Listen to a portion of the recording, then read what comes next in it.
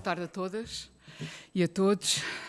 Sejam muito bem-vindos a mais uma sessão do ciclo Conversas com Mulheres, na Ordem dos Arquitetos, Secção Regional Lisboa e Val do Tejo. Gostaria de começar por agradecer a presença de cada um de vocês nesta conversa. Vocês são importantes também para contribuir para esta discussão, este debate. Claro, quero agradecer a presença destas 5 arquitetas que aqui estão, que aceitaram estar presentes para falar sobre este desafio que é a experiência e as reflexões sobre o tema as arquitetas na profissão. Esta é uma oportunidade única para ouvirmos em primeira pessoa as histórias e percursos que ilustram como as arquitetas têm modelado e transformado a prática arquitetónica em Portugal. Mas quem são estas 5 arquitetas? Vou apresentar brevemente cada uma destas arquitetas para vocês terem uma noção da importância que elas têm na nossa profissão. Começo pela arquiteta e professora Patrícia Santos Pedrosa, arquiteta, investigadora, professora, feminista, ativista e mãe, precursora dos estudos sobre as mulheres, a arquitetura, a cidade em Portugal. É professora auxiliar na Universidade da Beira Interior em arquitetura, investigadora no Centro Interdisciplinar em Estudos do Género da Universidade de Lisboa e investigadora responsável do projeto Mulheres Arquitetas em Portugal, Construção da Visibilidade. É cofundadora e vice-presidente da Associação Mulheres na Arquitetura desde 2017, arquiteta formada em Arquitetura em 1997, mestre em História da Arte em 2008 pela Universidade Nova de Lisboa e doutora em Arquitetura em Projetos Arquitetónicos pela UPC de Espanha. Com pós-graduação e tem uma pós-graduação em Estudos Femininos da Universidade de Coimbra. Teve o prémio Jovens Investigadoras em Estudos da Arte 2008 pela Fundação Carl Gulbenkian e prémio de Inovação Pedagógica pela Universidade de Beira Interior em 2023.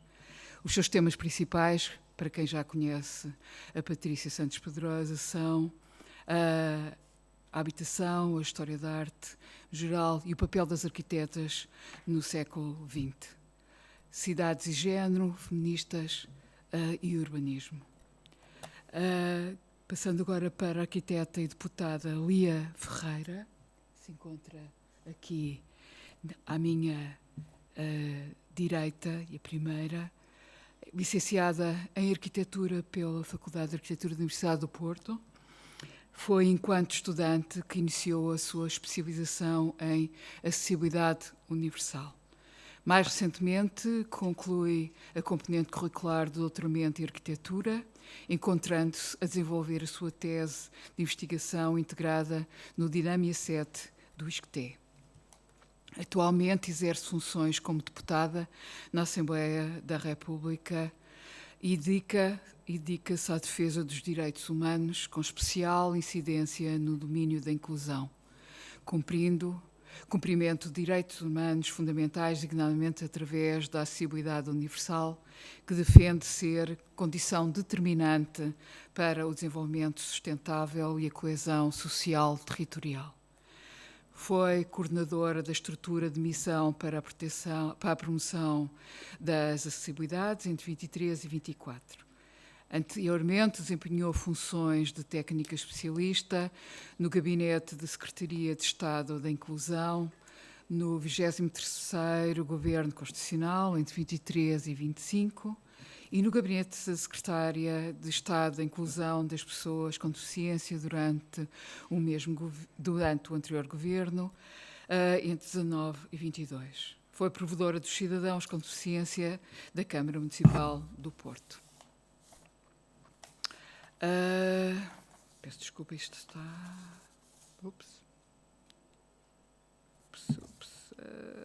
Acho que me falta um documento, que é... Não, falta-me um. Apresento brevemente, porque me esqueci, porque não tenho aqui mesmo esta, mas é esquisito, mas pronto. Apresento brevemente, peço desculpa à Catarina, peço desculpa pela ausência da... A Catarina Rebelo é formada pela Universidade de Lusíada de Lisboa, fez o seu mestrado em Sevilha também e iniciou o seu doutoramento também em Sevilha. Neste momento é técnica superior no Departamento de Habitação da Câmara Municipal de Oeiras. Em relação à Filipa Teles Correia e à Patrícia... peço desculpa, isto está outro, que pertence à célula, tiveram parte de vários, formaram-se na Faculdade de Arquitetura de Lisboa, tiveram durante vários anos associadas a vários ateliês de arquitetura, Carrilho da Graça, Gonçalo Birne e outros arquitetos ainda, e entretanto formaram o seu próprio ateliê, que são neste momento as coordenadoras, e têm um vasto trabalho a partir da realização desse ateliê. Muito bem. Desculpem, falta um documento.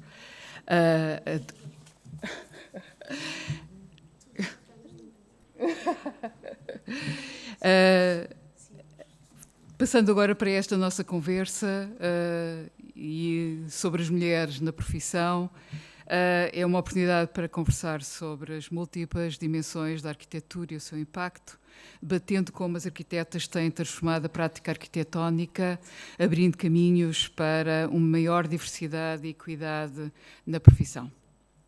As arquitetas têm assumido um papel cada vez mais relevante, rompendo barreiras e contribuindo significativamente para a construção de novas perspectivas, moldando o futuro da arquitetura.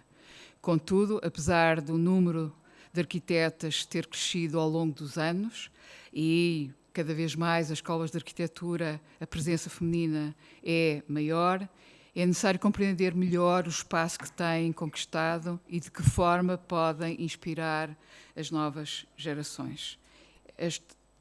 Esta conversa convida-nos a refletir sobre os desafios, oportunidades e conquistas, bem como sobre os caminhos que têm sido traçados para promover uma maior representatividade, diversidade e equidade na profissão.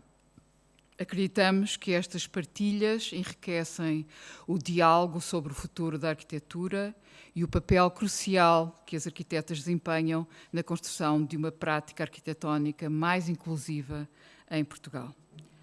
Para dar início a este diálogo, recordo a arquiteta Maria José Estanco, que marcou a história da arquitetura como sendo a primeira arquiteta formada em Portugal. É notável a notícia do jornal de 28 de junho de 1942, onde é dito no jornal O Século, a primeira arquiteta portuguesa defendeu a tese na Escola de Belas Artes e foi aprovada. Portanto, estou a ver o significado que tem esta primeira arquiteta portuguesa que defende a seu CODA e apresenta um projeto visionário para aquele que poderia ter sido o primeiro jardim-escola João de Deus no Algarve. Infelizmente não saiu do papel. Apesar do seu percurso académico notável, que concluiu com distinção como melhor aluna de arquitetura em 1942, Maria José Estanco enfrentou barreiras significativas que lhe impediram de trabalhar quer em ateliês, quer em câmaras municipais.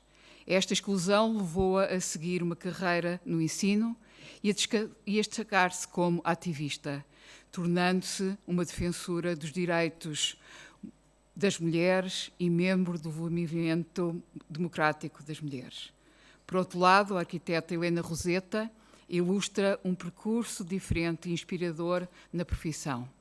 arquiteta, presidente da Ordem dos Arquitetos entre 2001 e 2007, política, autarca e deputada, Helena Roseta representa o outro lado da moeda, provando que as mulheres podem alcançar posições de topo, exercer uma influência significativa no setor da arquitetura e na sociedade. No panorama nacional atual, embora ainda sejam poucas, há mulheres representativas que lideram ateliês, como temos aqui presentes nesta mesa, e colocam os seus nomes em destaque. Um exemplo é a arquiteta Graça Correia, do ateliê Correia e Ragazzi Arquitetos, cujo trabalho foi recentemente reconhecido ao integrar a shortlist de prémios internacional Another View Award, a categoria internacional Female Architect of the Year. Na administração pública, a presença feminina também se faz representar em cargos de destaque, como é o caso da Secretária de Estado Patrícia Gonçalves Costa, que foi anteriormente diretora do Departamento de Habitação Municipal na Câmara Municipal de Oeiras. O seu papel evidencia a crescente relevância das arquitetas na definição e implementação de políticas públicas ligadas à habitação, ao ordenamento do território e à promulgação de condições urbanas mais sustentáveis. Estes exemplos, distintos mas complementares, evidenciam tanto os desafios históricos quanto os avanços alcançados na trajetória das mulheres na arquitetura, demonstrando como as arquitetas têm superado barreiras e conquistado espaços de relevância na profissão e em áreas importantes. Seja na prática privada, na administração pública, na educação ou na política, provam que é possível alcançar uma maior representatividade e equidade. Neste momento, a Ordem dos Arquitetos da Secção Regional Lisboa e Val do Tejo poderá desempenhar um papel essencial na promoção desta transformação, mobilizando o contributo de todos os seus membros para garantir que a arquitetura se torne cada vez mais inclusiva e representativa. Depois desta longa apresentação, mas que acho que é importante para perceber o panorama que nós temos da arquitetura como profissão, passo para a primeira questão que tem a ver com a necessidade de partilharem estas convidadas a sua experiência na primeira pessoa. E começo com a Patrícia Santos Pedrosa. Maria José Estanco enfrentou barreiras que afastaram da prática arquitetónica tradicional, levando-a a uma carreira no ensino e ativismo. Como podemos garantir que atualmente as arquitetas não enfrentam barreiras semelhantes no exercício pleno da sua profissão? Eu sei que vai dar imensa conversa. Boa tarde a todas, boa tarde a todos. Antes de mais, obviamente, agradecer este desafio e é sempre um prazer estar com velhas conhecidas das discussões e novas conhecidas destas discussões, não é? Portanto, também é bom não sermos sempre as mesmas mulheres a falar do assunto. Eu acho que esta questão de... O tema não é propriedade de ninguém, isso é fundamental. Ok, eu estou muito lenta, como já se reparou. Primeiro, a Maria José Estanco, é só uma nota porque é muito engraçado, e como eu venho do fazer história e da importância de fazer história para a nossa ideia de arquitetura contemporânea e do que é que somos na profissão contemporaneamente, a Maria José Estanco, não há informação que ela tenha querido trabalhar em ateliê. A Maria José Estanco é uma trabalhadora estudante, que é notável, as duas primeiras arquitetas em Portugal.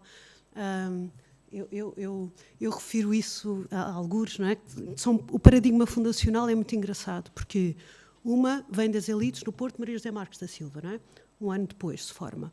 A Maria José Estanco é uma loletana que migra para Lisboa com a mãe, que trabalha durante o percurso todo, que entra para a pintura e depois de uma passagem pelo Brasil é que muda de ideias e decide que a arquitetura e o fazer cidade é que lhe interessa e, portanto, ela, na verdade, nunca esteve muito interessada em trabalhar em ateliês, não temos prova disso. Até porque o seu filho único, ela tem-no 3 meses antes do Código ser defendido.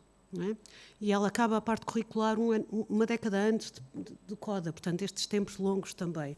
Ou seja, parece óbvio que ela percebia que a ideia de, então, em 1940, na década de 40, ter um filho pequeno, estar sozinha em Lisboa, não é? Não ter provavelmente uma rede, não. Ser mulher trabalhadora, casada com um pintor. O ateliê, eu acho, isto é a minha intuição, não seria. O que ela queria mesmo fazer era trabalhar na Câmara Municipal de Lisboa. Porque ela achava que o fazer cidade era o que lhe tinha impactado quando ela tinha ido até ao Brasil e tinha visto o surgimento da cidade de Marília, no interior de São Paulo. Não é? E isso é muito bonito, porque ela tem uma ideia de que ela assiste ao desenho e à construção e acha aquilo completamente maravilhoso, a construção do território. Só ela não tinha a carta do serviço militar feito. Não podia sequer, não é? E, portanto, não podia candidatar-se. Não podia ser arquiteta camarária, não é? Portanto, ela é trabalhadora e ela é professora desde os tempos em que está a estudar, é professora de desenho, ela acabou no final a ser professora de desenho, de geometria, etc., em Odivelas, no Instituto Odivelas, e, na verdade, não há aqui uma rejeição dos ateliês. Não há notícia que tenha havido uma rejeição dos ateliês. Eu acho que ela própria percebeu uma coisa que muitas mulheres percebem hoje. E por isso é que eu estou a explicar isto para voltar ao presente. Isto faz sentido, não parece, mas faz. É extremamente complicado estar numa profissão de enorme volatilidade, de enorme precariedade e, ao mesmo tempo, a certa altura, a aproximação dos 30, da década de 30 da vida das mulheres, com ideias de constituição de família, ideias de filhos, enfim. Estou a falar de estereótipos, não é? E que continuam ainda assim a ser uma maioria, não é? Estes percursos de vida pessoal. O que é que daqui advém? Uma enorme incompatibilidade com a vida de ateliê e com o desregramento da vida de ateliê. Ou seja, eu vinha treinada, porque tu me tinhas dito na altura que querias que eu trouxesse dados, e eu fui estudar os dados, não é? E sabemos coisas importantes, e tu falaste uma que não sabia na última sessão, que foi muito interessante, não é? Que somos 44% das inscritas na ordem, mas a mim interessa mais o que não sabemos, na verdade. O que não sabemos também sabemos que nas escolas já somos mais de 60%, e em algumas escolas mais de 70% de mulheres a entrar no primeiro ano dos cursos, não é? E, por isso, esta curva ascendente de feminização da profissão. Percebe-se. O que não se percebe é este hiato, não é? Intui-se que há muitas mulheres, tal como homens também, que saem da formação e não entram na ordem dos arquitetos. Continuamos a não saber quantos, nem porquê. Não é? Acho que isto é fundamental de se estudar. Outra coisa que se sabe, eu devo ter um cognome aqui na ordem, na parte administrativa e não sei o quê, de como a chata, não é? Porque eu volta ou não volta, massacra pedidados, não é? Porque os dados, não é? Os dados são fundamentais para pensarmos, não é? Mesmo os que existem. E nem sempre é fácil chegar a eles. Mas uma coisa que eu reparei a última vez que pedi dados, e que generosamente me deram os dados de dezembro do ano passado, as mulheres abandonam a profissão. E abandonar também não é o termo, as profissões da profissão, não é? As mulheres deixam de estar inscritas na ordem em número crescente anualmente do que os homens, não é? Porquê? Isto é uma pergunta que é preciso ser feita, não é?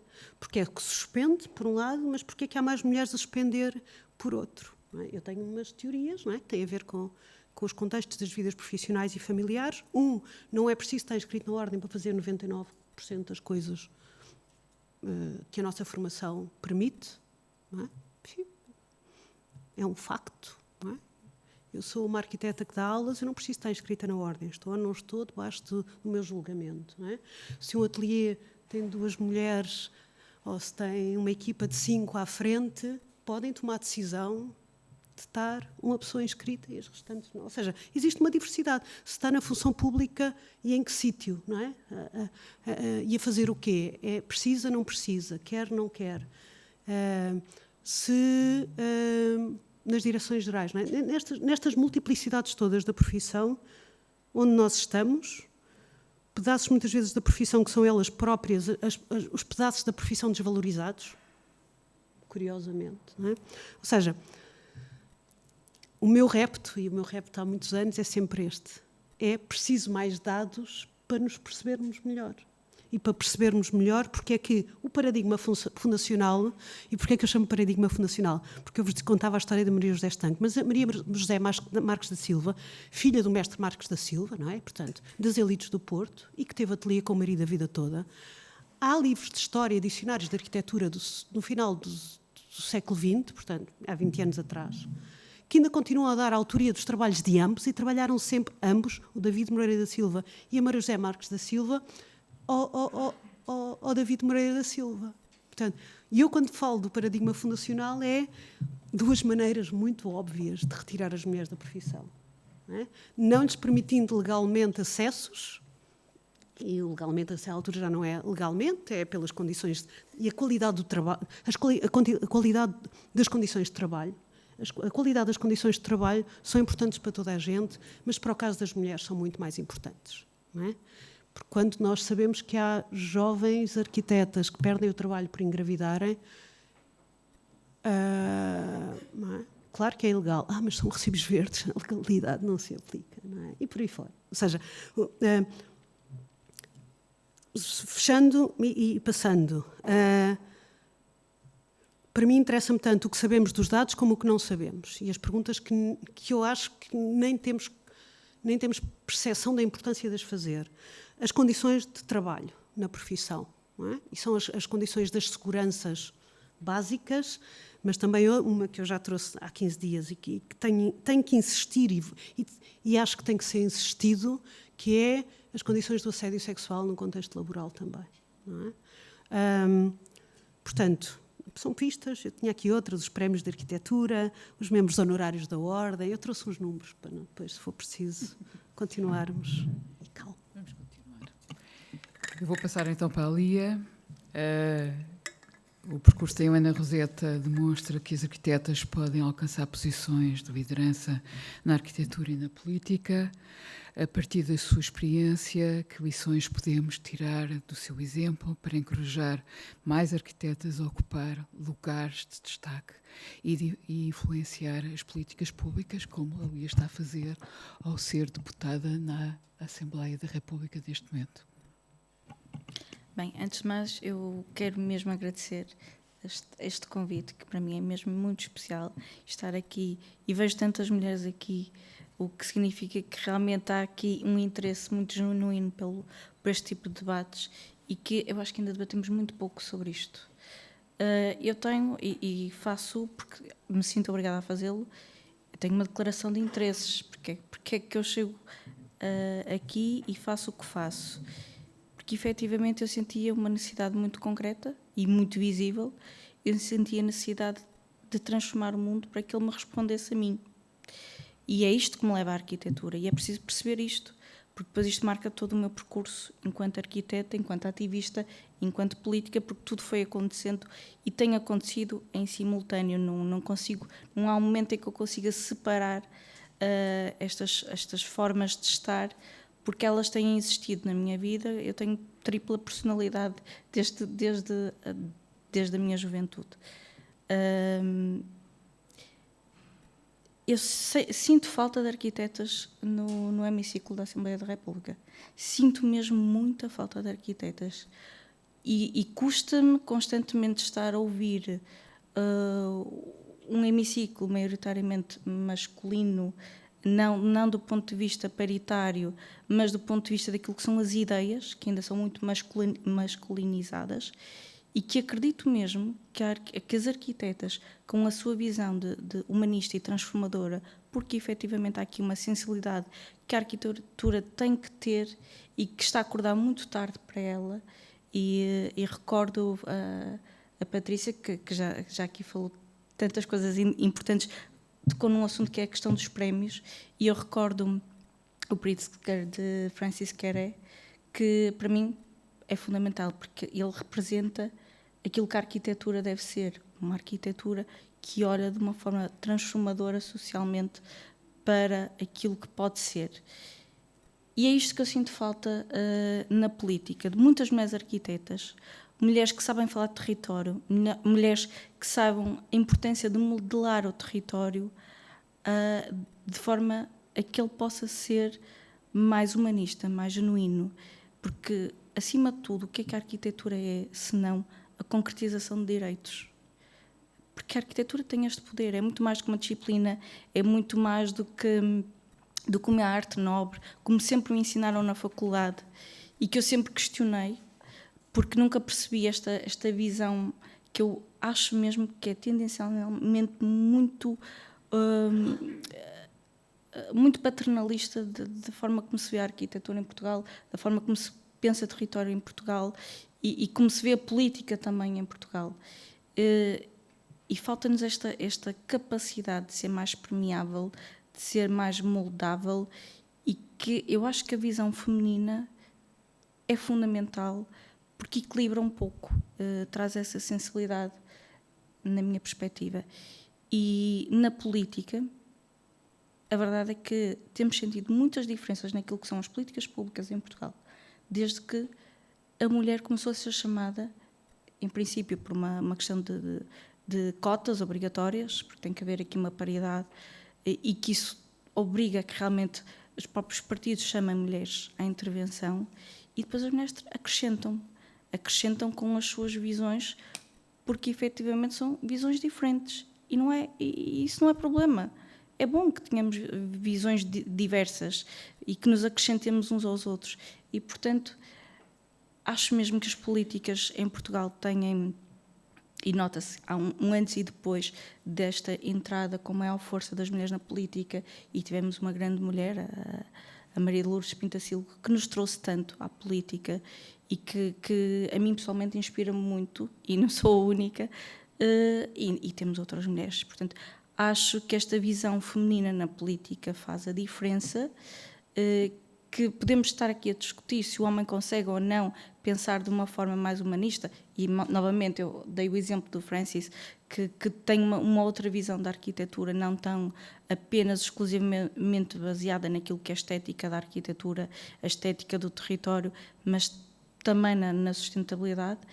Mas nós também temos mulheres premiadas e não fazemos tanta divulgação, não é? E o mesmo acontece na política. A voz da mulher política, e a mulher, quando assume uma voz mais empoderada na política, muitas vezes é vista como a fundamentalista, a histérica, e isto ainda é muito frequente. E ainda ouço muito isto mesmo nas várias intervenções que vão surgindo, e eu ainda ouço a voz da mulher a ser muito apagada porque tem uma visão muito diferente. Portanto, tenho pena que não tenhamos mais mulheres a envolverem-se de forma mais ativa na política, porque elas fazem falta. Concordo. Passando aqui agora para a Patrícia e para a Filipa, atualmente, quando olhamos para o panorama dos ateliês liderados por mulheres, não é muito frequente vermos mulheres a liderarem os seus ateliês. E vocês são duas, e isso é importante, partilhar agora aqui a vossa experiência de como é que duas mulheres lideram um ateliê, e como é que nós, ou como é que este público, essencialmente feminino, como é que podemos, de alguma maneira, influenciar através de que estratégias é que vocês acham que podem ser adotadas para promover uma maior visibilidade e reconhecimento das arquitetas, e efetivamente as arquitetas passarem a liderar e a pôr o seu nome como primeiro nome nos ateliês?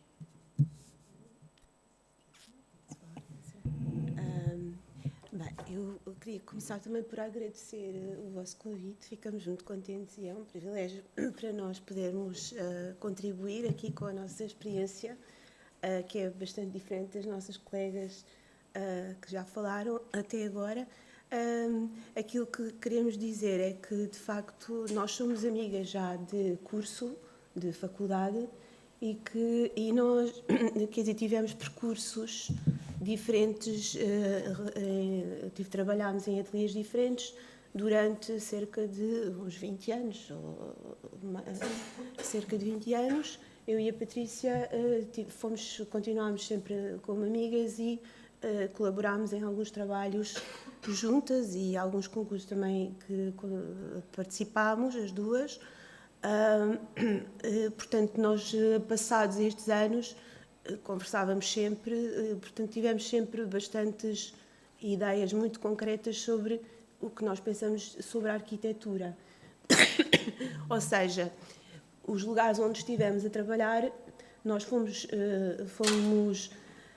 construindo as nossas bases de como se executa a arquitetura na realidade prática e cada uma de nós, com as valências que temos, porque nós trabalhamos muito bem em conjunto, cada uma se calhar com mais força numa área do que outra, mas conseguimos muito bem compatibilizar as nossas experiências e resolvemos, há cerca de 7 anos, juntar-nos porque achámos que nós podíamos criar aqui um conceito de arquitetura específico em que nós acreditamos mesmo. Portanto, e que, de facto, como mulheres, eventualmente, quer dizer, não nos sentimos muito diferentes como homens na prática da arquitetura, na verdade, mas talvez consigamos contribuir de uma forma talvez mais humana, porque nós nos entregamos muito aos nossos clientes. Portanto, os trabalhos que vamos executando são todos muito trabalhados. Somos só nós duas, não é? Nós trabalhamos em todas as fases de projeto e aquilo que fazemos é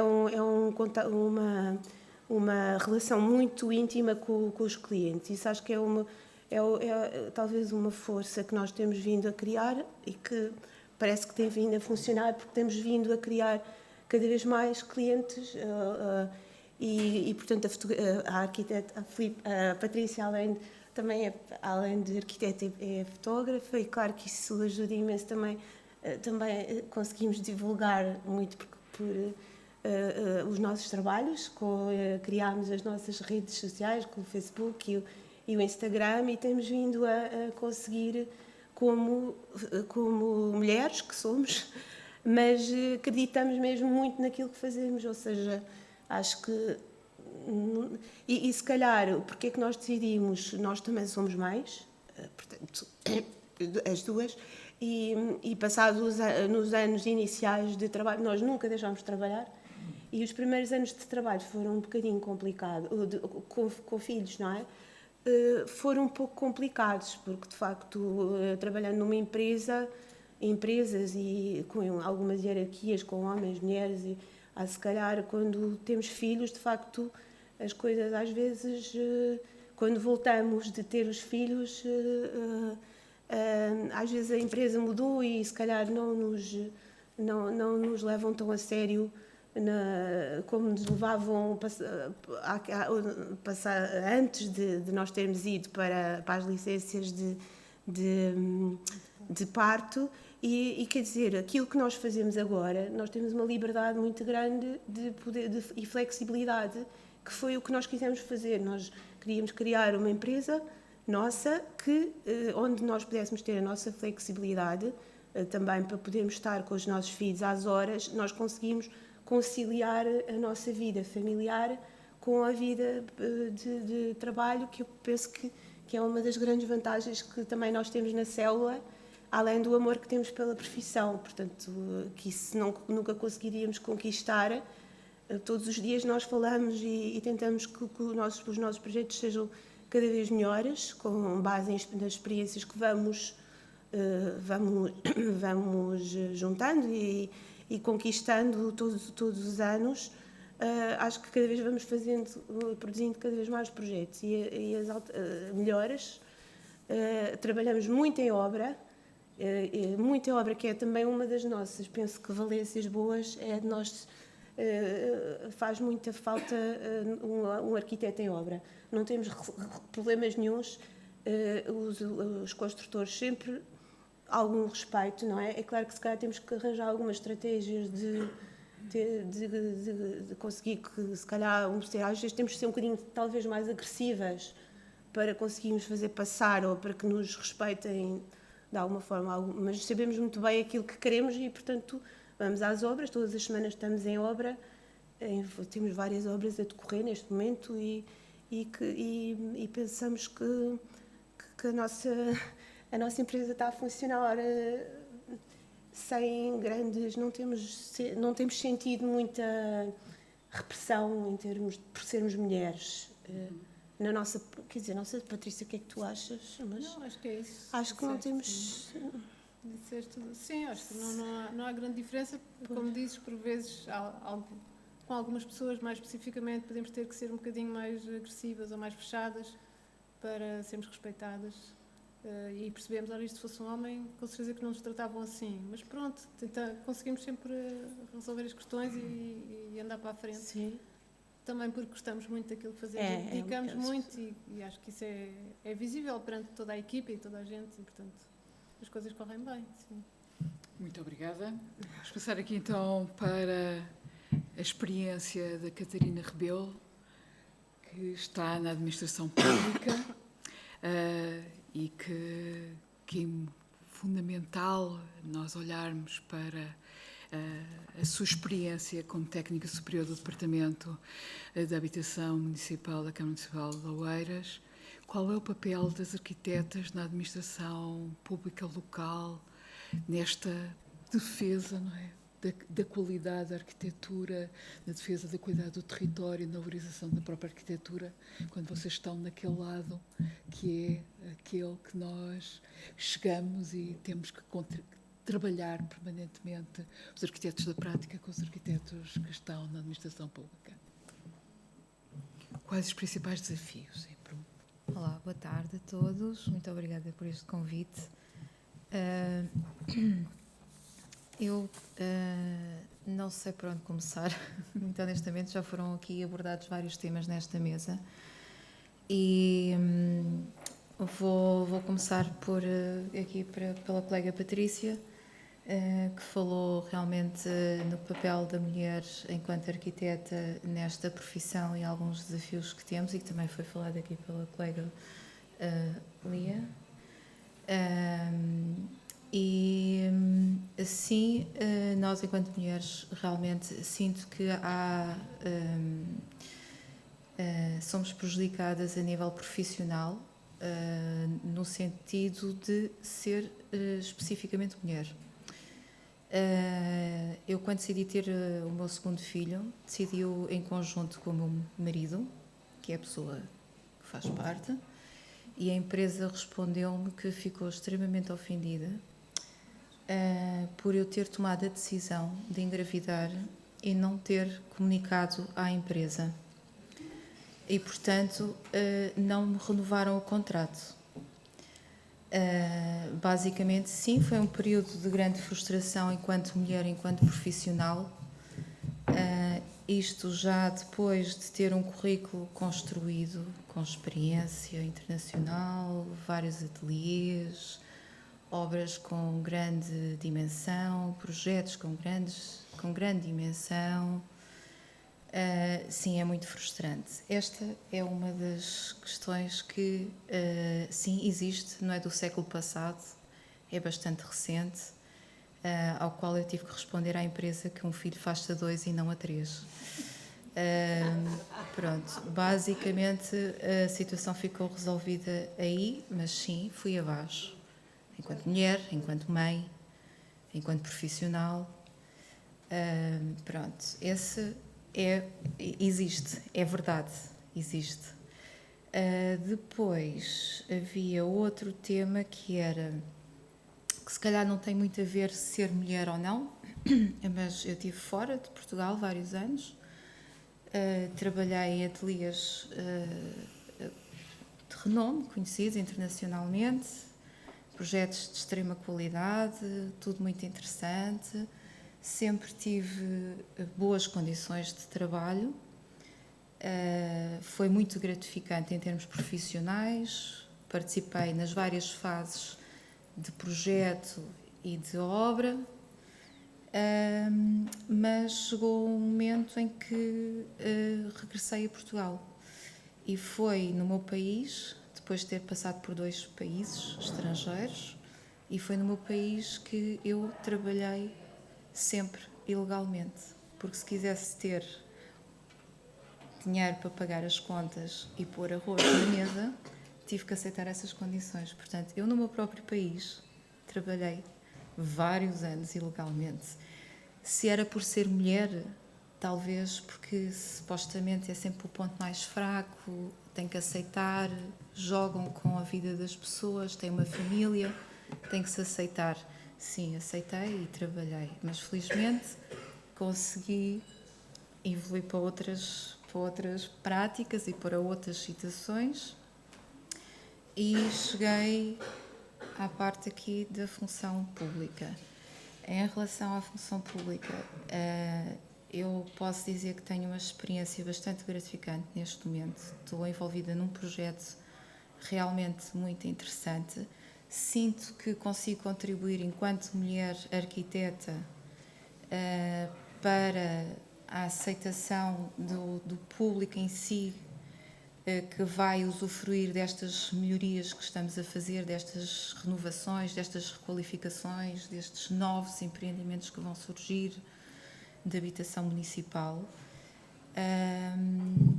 Tive o prazer de ter a Patrícia Gonçalves como minha diretora, antes como colega e depois como diretora do Departamento de Habitação.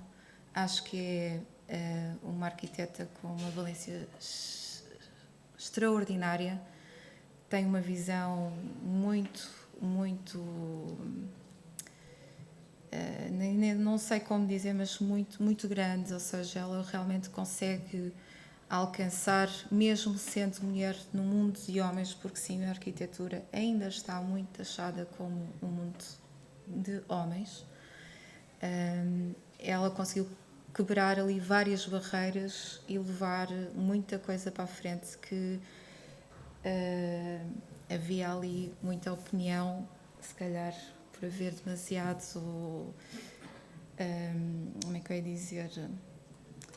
ia dizer isto de uma maneira que não soou mal, ou seja, havia uma opinião masculina muito presente e chegou uma opinião feminina que realmente tinha outro tipo, tinha outra visão e tinha outra simplicidade de pôr em marcha um projeto. Houve várias negas e muita areia na engrenagem, mas conseguiu-se. E isso realmente acho que foi uma grande contribuição, o facto de ela ser mulher neste papel enquanto arquiteta, naquela posição. Neste departamento onde eu estou, o projeto que eu estou envolvida é a requalificação dos bairros municipais. Sim, sinto que realmente o facto de as equipas serem sempre constituídas por um feminino e um masculino, ou seja, há sempre esse cuidado de termos essas duas frentes, também veio a ajudar aos moradores que vivem nesses bairros, dessas famílias, também se sentirem que não há ali ou seja, se calhar há mais sensibilidade, há mais aceitação de ouvir certas questões em termos da maneira como é que eles usam os bairros, como é que eles usam os espaços públicos, como é que eles usam o próprio fogo, o próprio apartamento. E, na verdade, o desafio que eu sinto ainda não é em si dentro da instituição, mas sim quando se parte para a obra. Sim, a mulher enquanto arquiteta na obra tem que sempre provar que sabe e que tem experiência e que sabe como é que se faz e que consegue arranjar soluções e que é a diário. Há que sempre que provar. Ainda hoje cheguei a uma reunião de obra e a pergunta, e fui sozinha, porque obviamente às vezes há estas incompatibilidades, há outras reuniões, há outras a fazer-se e às vezes a equipa temos que nos desfazer em várias frentes, e fui sozinha à reunião de obra e a primeira pergunta que fizeram quando eu cheguei lá foi: então, e o seu colega? E eu disse: não vem, mas porquê? Precisa do meu colega? Porque realmente é logo essa a pergunta que vem quando aparece a arquiteta mulher na obra. Mas pronto, não temos tido assim grandes desafios nesse sentido. Já começa a haver uma viragem dessa mentalidade. Temos muitas mulheres neste momento no departamento, ou seja, já não é maioritariamente masculino. Portanto, realmente já começa a ficar a coisa muito equilibrada, tanto na obra, os próprios empreiteiros, às vezes as equipas, já várias equipas têm mulheres como diretoras de obra, como fiscalização também tem, ou seja, já se começa a ver realmente uma grande comunhão, tanto de um como de outro, que há uns tempos era tipo quase aterrou ali um bicho raro na obra, que é a arquiteta. Mas pronto, sim, sinto que quando se dá início a essas empreitadas, sim, a posição tem que ser uma posição muito mais sisuda ou pouco expressiva ou expansiva. Eu sou uma pessoa extremamente expansiva e para mim é muito difícil, ou seja, eu realmente quando inicio a empreitada tenho que fazer um esforço enorme para não conseguir transmitir nada, para também poder perceber como é que vai ser a posição deles enquanto arquiteta que vai estar a representar o dono de obra, que é a Câmara, não é? Mas basicamente são esses os desafios e cada dia sinto que está a melhorar, mas é preciso fazer muita coisa, é preciso marcar muita presença, é preciso provar todos os dias que somos capazes, porque é um mundo masculino. A arquitetura está, a obra está para ainda vinculada a esse estigma. Basicamente isso. Muito bem, muito obrigada, Catarina. Vamos passar para outro assunto que eu acho que é bastante importante, que tem a ver com a representatividade, a diversidade e a equidade. Alguns números, agora já mais não, serão alguns números que têm a ver com que vão no mesmo sentido daqueles que eu partilhei na última conversa, que as arquitetas representam atualmente 46% dos membros inscritos na Ordem dos Arquitetos a nível nacional. Não, 48, não é que secção regional, 46, o LVT são 40%, são mais. Temos o maior número de mulheres na secção regional de Lisboa e Val do Tejo. E quase 70% estão a exercer a sua profissão em Lisboa e Val do Tejo. Estes números representam que há, e estamos aqui todas de acordo, que representam cada vez mais um aumento notável da presença da mulher na profissão da arquitetura. No entanto, ainda há algumas dificuldades e algumas barreiras e algumas desigualdades que têm muito a ver com uma notícia que nasceu, que foi lançada a semana passada no Jornal Público, que é a desigualdade salarial. Que a Comissão para a Igualdade no Trabalho e no Emprego revelou que os dados mais recentes sublinham a disparidade salarial entre mulheres e homens. O fosso salarial entre mulheres e homens aumentou, ou seja, temos cada vez mais mulheres na profissão, no entanto, a diferença salarial é cada vez maior. E é significativa, porque cada vez mais há mulheres, como já foi dito aqui, que chegam a cargos de topo mais elevados, mas os ordenados são consideravelmente mais reduzidos. Estes dados, na minha opinião, e é isso que eu vou lançar isto agora para a nossa conversa, sublinham a importância de continuar a promover políticas públicas e incentivar que incentivem e garantam que há representatividade, equidade e que há a eliminação destas disparidades. E eu queria saber a vossa opinião sobre este assunto. Não começo por ti, vou começar pela política, que é alguém que está neste momento na Assembleia da República que nos pode ajudar. O que poderemos fazer? Como é que podemos implementar mudanças sistémicas que considerem fundamentais para ampliar o que nós temos que contribuir para um futuro mais representativo e equitativo através das políticas públicas? Eu sei que é difícil, Lia, mas é assim. Eu acho que essa é a pergunta de $1 milhão. E, portanto, é injusto ter sido dirigida a mim. Não, É a confiança que eu tenho, Lia. Bem, eu há pouco falei da necessidade de termos mais mulheres arquitetas no Parlamento, porque a arquitetura, sem dúvida, que faz muita falta no Parlamento. Não temos só falta de mulheres, também temos falta de homens arquitetos, porque efetivamente a arquitetura não está bem representada no Parlamento. Acho que existimos duas, e somos as duas mulheres, mas temos perspectivas políticas muito diferentes e formas de intervenção muito diferentes. Eu creio que ela não está tão direcionada como eu me sinto para aquilo que é esta capacidade de modelação do território através das políticas públicas. Ela está mais direcionada para outras questões, também legítimas, não é? Não temos que fazer todos o mesmo, mas... Porquê é que eu estou a referir isto novamente? Porque, efetivamente, eu acho que há aqui uma questão fundamental, que é como é que se normaliza algo que tem que ser normalizado. E só conseguimos normalizar com essa representatividade que está em falta. E, portanto, eu vou ter que me repetir. Quantas mais mulheres arquitetas existirem no Parlamento e em órgãos de decisão, mais a mulher se normaliza e a sua visão se normaliza.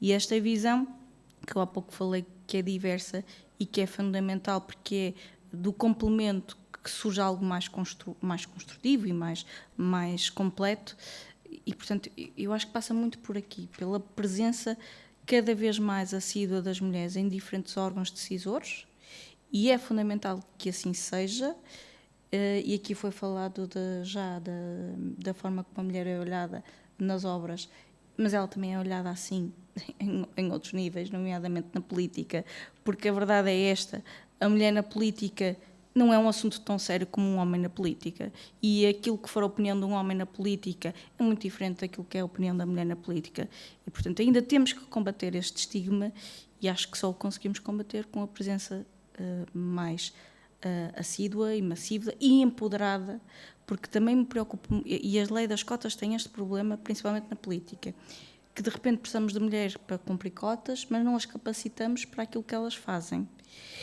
E isto tem que funcionar em conjunto. Nós temos que ter leis de cotas e empoderamento em simultâneo, capacitação da mulher para que ela possa aceitar aceitar de uma forma mais consciente aquilo que vai ser o papel que vai desempenhar, saber ser mais eficiente e eficaz naquilo que irá fazer, e, portanto, é fundamental haver isto, é fundamental. E no caso da arquitetura, eu acho que isto começa mesmo nas escolas. Eu estou sempre a repetir-me, eu acho que o grande problema da nossa profissão está no ensino da arquitetura, na forma como ele ainda é feito e com os cânones que ele ainda é feito. No meu caso em concreto, eu debato muito sobre a questão da acessibilidade e da inclusão através da acessibilidade, mas isto é replicável, nomeadamente para aquilo que é o empoderamento das mulheres arquitetas, que começam mesmo na faculdade a não ser consideradas, a sua perspectiva não é considerada de igual forma como é a dos homens. Não digo que seja com todos os professores, conheço professoras e conheço professores que não são assim, professores e professoras que não são assim, mas a verdade, e eu senti muito isto na faculdade, eu senti enquanto estudante a importância que era dada a um projeto feito por um aluno masculino e aquilo que era entendido por uma mulher estudante igualmente, e que se calhar colaborava com o estudante masculino e até lhes dava a sua perspectiva, que muitas vezes até era integrada por ele, mas isso refletia-se mesmo nas notas. Eu senti isso diretamente, muito diretamente. E obviamente que se na faculdade isto é assim, isto vai-se repetir ao longo de toda a carreira, e na política ainda mais. A política é um meio muito competitivo, e não há espaço para todos, e no caso em concreto do Parlamento, somos só 216 em não sei quantos milhares, não é? E, portanto, é um ambiente extremamente competitivo, e lá dentro, para que a mulher se faça ouvir, é uma luta muito grande, mesmo muito grande, porque os princípios que a mulher irá trazer, aquilo que serão os seus acrescentos, poderão ou não ser aceitos pelo tal pensamento ainda profundamente masculinizado do que é política, que são políticas públicas, e isso preocupa-me. Portanto, em suma, normalização da presença da mulher, e começa pelas faculdades, e aqui as professoras têm aqui uma responsabilidade acrescida, está nas vossas mãos capacitar as vossas estudantes para que possam ter voz. Catarina, a mesma pergunta. Como é que nós podemos efetivamente ampliar mais a contribuição e contribuir mais para uma equidade, representatividade das mulheres a partir da experiência que a Catarina tem? Isto realmente só com o tempo. Não é uma coisa que se faça de um dia para o outro.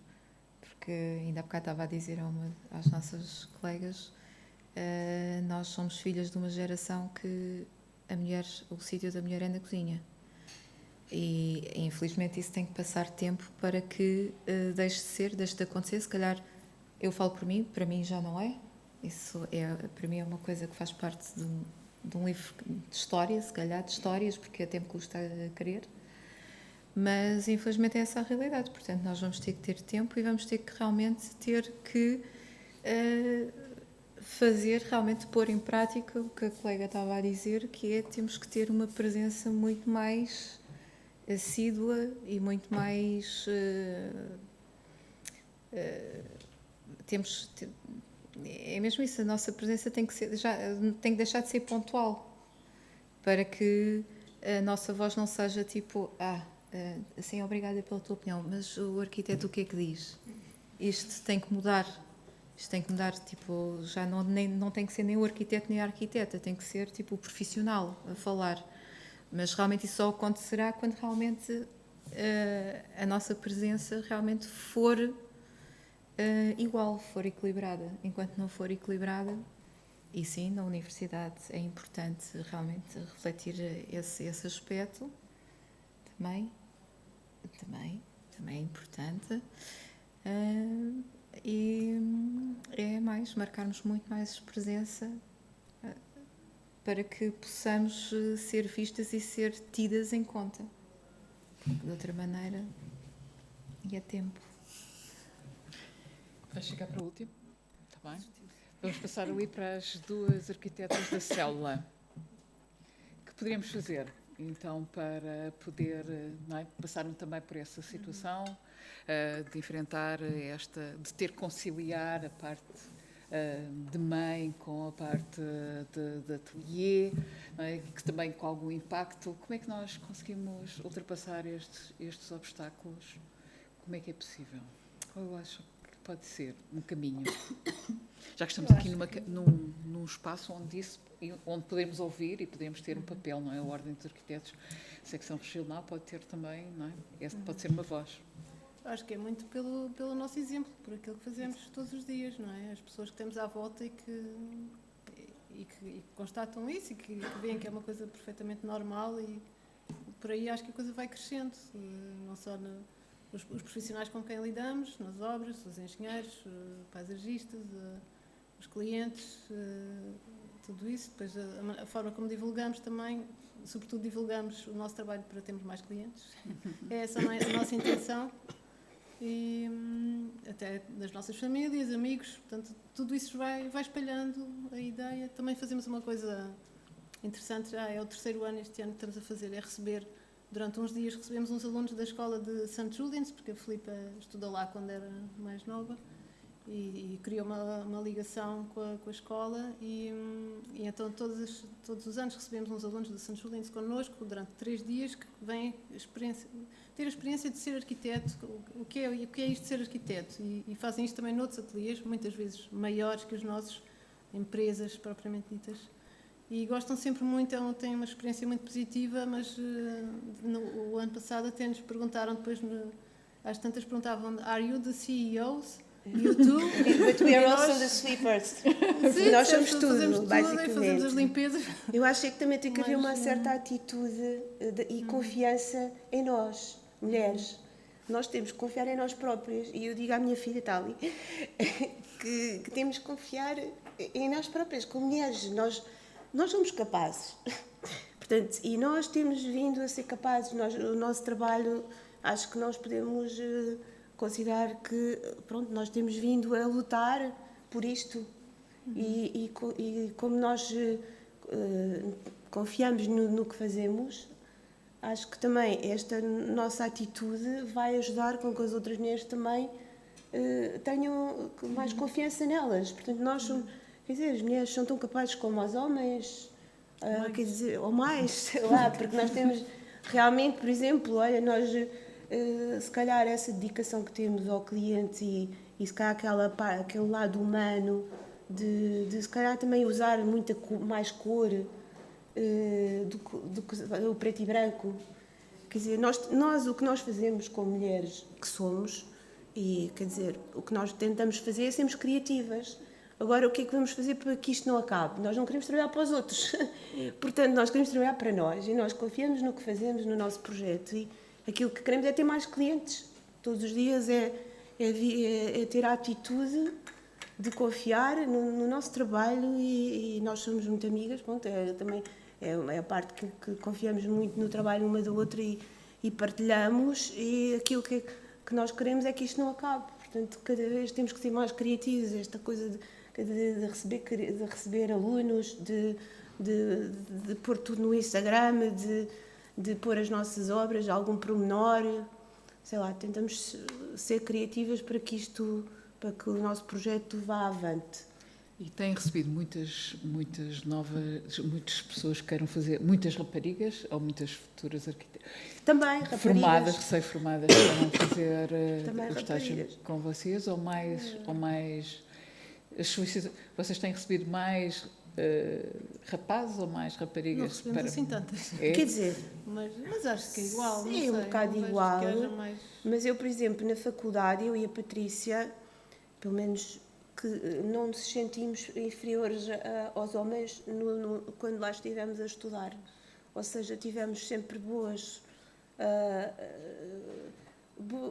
portanto, os nossos projetos tivemos sempre bons resultados, tão bons como, sim, se calhar, como aos homens. Quer dizer, não houve ali assim, discriminação nenhuma, não senti nenhuma discriminação. Eu não senti, não, tu também não.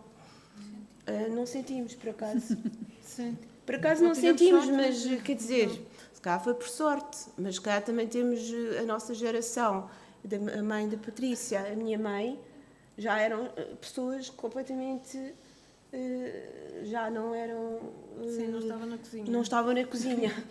Ou seja, a minha mãe, então, fora de quer dizer, não é... E eu saio à minha mãe de ter alguma dificuldade com a autoridade, ou seja, quer dizer, por isso mesmo, nós tentamos fazer a nossa autoridade. Se nós acreditamos no que estamos a fazer, acho que isto dá-nos força para irmos lutando, acho eu.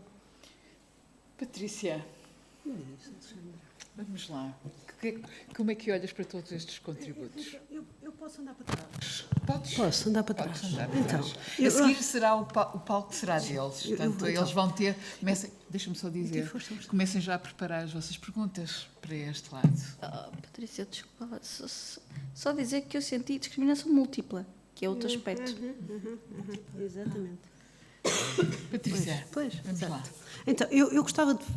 Porque eu acho que estes encontros são principalmente pedagógicos. Obrigam-nos a fazer experiências, eu faço-a, não é? De ouvir-nos, ouvir-vos e, enfim, sei lá, levei imenso trabalho de casa na semana passada, 2 semanas. Fiquei a pensar umas coisas que discutimos e etc., porque eu acho que isso é que é entusiasmante, não é? E eu gostava de, nesse exercício, em absoluto paternalista, mas de chamar algumas coisas que eu acho fazem parte da construção da nossa reflexão crítica sobre o mundo, não é? E depois às vezes nós andamos por sítios porque as nossas condições nos alertaram para isso e nos obrigaram a tomarmos partido. Eu acho que estas discussões, e acho que isto é muito importante, porque a arquitetura é uma profissão de elites. Não é na prática, somos completamente irrelevantes socialmente, construímos essa irrelevância com a nossa história da profissão, e aí eu estava a ouvir ali e a pensar, claro, estão engenheiros na presidência dos governos desde a Primeira República. Estão deputados que vêm do direito, da medicina, da engenharia, vocês name it, não é? Não é? Onde é que está a nossa história da relevância política? Não está. Não é? E quando está, se foram mulheres, mas isso é outra história. Isso podíamos estar a falar. E isto tem consequências, não é?